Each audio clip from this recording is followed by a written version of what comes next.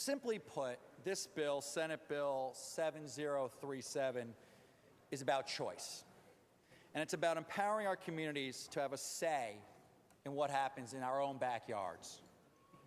To those unfamiliar, the Long Island Railroad's third track expansion project would lay approximately 10 miles of track between Hicksville and Floral Park train station located in Long Island. This is a project that goes right through the southern portion of the 7th Senatorial District which I represent, bisecting dozens of residential neighborhoods, creating real eminent domain issues, to say nothing about the real potential to irrevocably harm the quality of life for these residents. This is obvious of great concern to the residents and the people of these communities and their elected representatives, such as myself. And in my view, the MTA and the Long Island Railroad, under the last two administrations, have not done nearly enough to allay these concerns. They have, in fact, had a tough enough time trying to settle on a justification for this project. A little history. First, when they talked about this, they said the project was to increase freight capacity. The proposed truck-to-rail intermodal facility that the DOT wants to build in Suffolk County would certainly back up this justification. But when I and the mainline communities in my district rallied against it, the MTA and Third Track quickly changed their song. They said, no, it's about accommodating reverse commuters from New York City to Long Island. Only the fact is when they actually did the research, there weren't really the reverse commute to justify a third track. And so now they say, well, let's try another one. We're going to call it a passing lane. That's going to help the proposed East Side access to Penn Station. But of course, when pressed, the MTA and Long Island Railroad officials admit they don't need the third track for East Side access. And if it is for East Side access, why does the proposed third track stop before it hits Floral Park? If the third track is really the congestion reliever that the MTA claims it to be, shouldn't it go all the way to the Jamaica Station in Queens?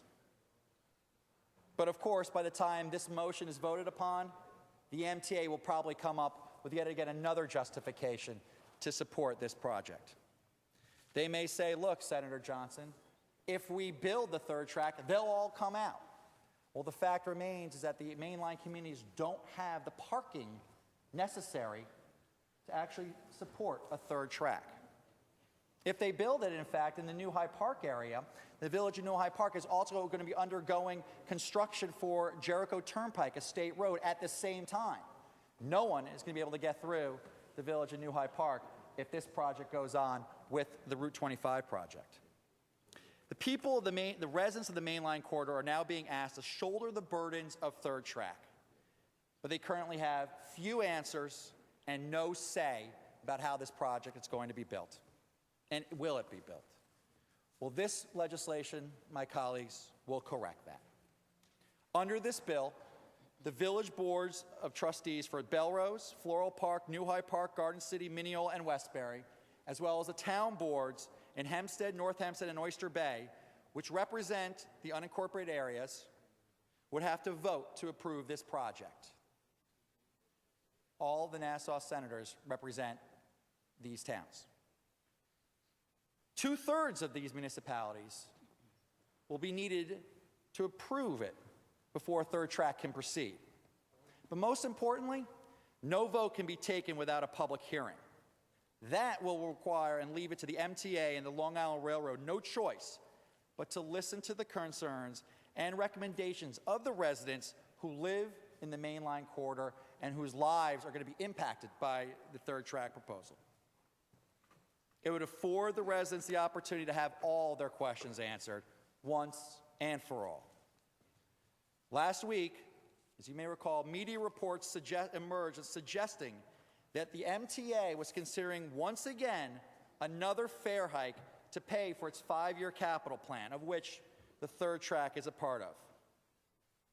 So I now hope one of the first questions to ask is, how do we pay for the third track? It is unfortunate that a bill like this is needed. And I actually have a suggestion to the MTA. We want to pay for their capital projects. They can't find the money. Let's make it very simple. Dump the third track. It'll save the MTA $1.3 billion right off the bat. Like I said, it's unfortunate that a bill like this is necessary and needed. But frankly, I do not see a better alternative to making sure that the communities affected by third track gets the information that they need about this project and have ability to make sure that their voices are heard. In fact, there was a similar bill sponsored by one of my colleagues from Long Island that sought to empower the communities that would be affected by the Broadwater in the same manner. Thankfully, unfortunately, it looks like that measure will not be necessary. And maybe one day, the people of the mainline communities will have the same luck. But until that day, and for this moment, this legislation is vital and necessary. I urge every senator to join me today in voting to bring this measure to the floor. Thank you very much, Madam President.